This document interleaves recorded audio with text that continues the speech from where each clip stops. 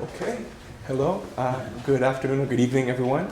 It's a pleasure to be here, and I'd like to use this opportunity to introduce to you one of Sub-Saharan Africa's most notorious, as well as, unfortunately, one of its most deadly interreligious conflicts, which is the conflict in Nigeria between the Fulani herdsmen and the Christian farmers. And so, I think, next slide, thank you.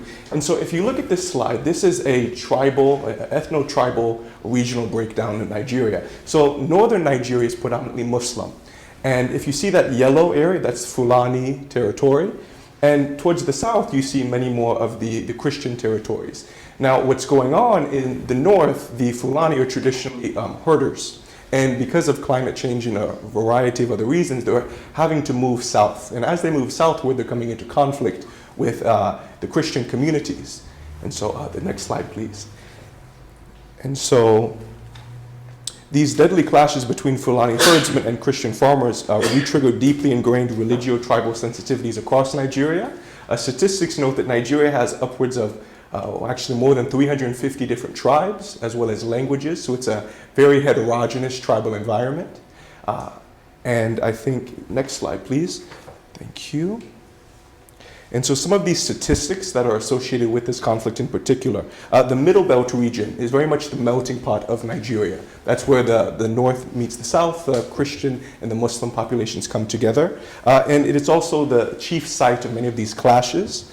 Although there have been some isolated clashes in the north too, this violence has claimed around 4,000 lives on both sides in the past 3 years alone, which actually is a figure that bests the ongoing Boko Haram insurgency. And this conflict has actually lasted for decades, but recently it's received a lot of attention. The nomadic Fulani herding families are constantly relocating in search of food, water, and grazing lands for their cattle. When the cattle trample onto the rice fields and the lands of Christian farmers, the latter kill in retaliation, and as a result, the violent reprisals ensue between the groups. Now, unfortunately, political agitators will use these opportunities to promote their own political interests as well as economic interests. And so you'll see a lot of manipulation of the religious and tribal identities of the involved actors. Next slide, please. Thank you. So here it's important to consider the manner in which this conflict has implications that are socio-religious in nature as well as economic and political in nature too. And the next slide, we're going to go ahead and kind of explicate these. So here are some useful analytical frameworks to understand this conflict. The first is geopolitical stability. This conflict has wide-ranging implications across Nigeria's political spectrum. And recently, the Fulani individuals have had opportunities to acquire firearms and guns that have aggravated the conflict and have made it even much more deadly. In addition, you have the concept of resource competition, an influence of climate change. For example, droughts, desertification, water security, and its relationship with this conflict. And so that is another aspect of this conflict that is worth an analysis and paying attention to. Thirdly, you have the notion of identity-based conflicts. This is where you come in to consider the role of the tribal allegiances, the role of the religious allegiances as well. Fourthly, you have the notion of economic impairments. The Mercy Corps Fund, which is funded by the BFID here in the UK, estimates that this conflict is costing Nigeria roughly 14 billion US dollars annually. Nigeria's annual GDP is just over 600 billion. It's a population of 200 million. It's the biggest population in sub-Saharan Africa.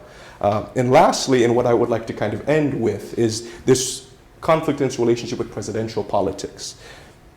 Next slide, please. Thank you. Now, Muhammadu Buhari, who is the current president of Nigeria, is from the Fulani background.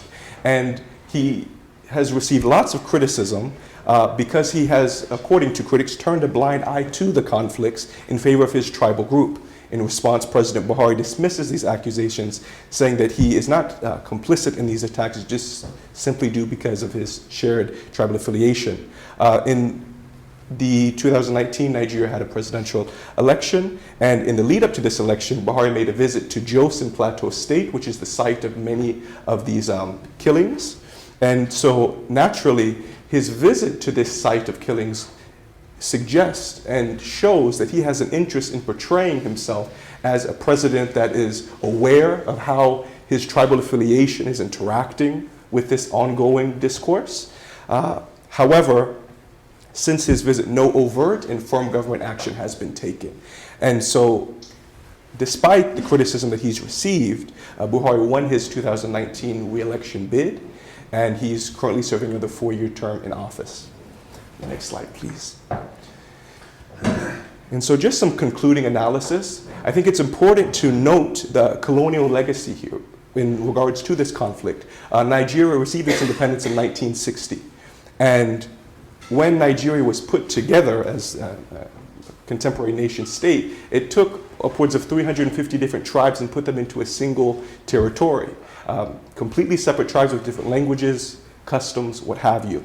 And so that action is still affecting Nigeria to this day. And so that's something to be mindful of.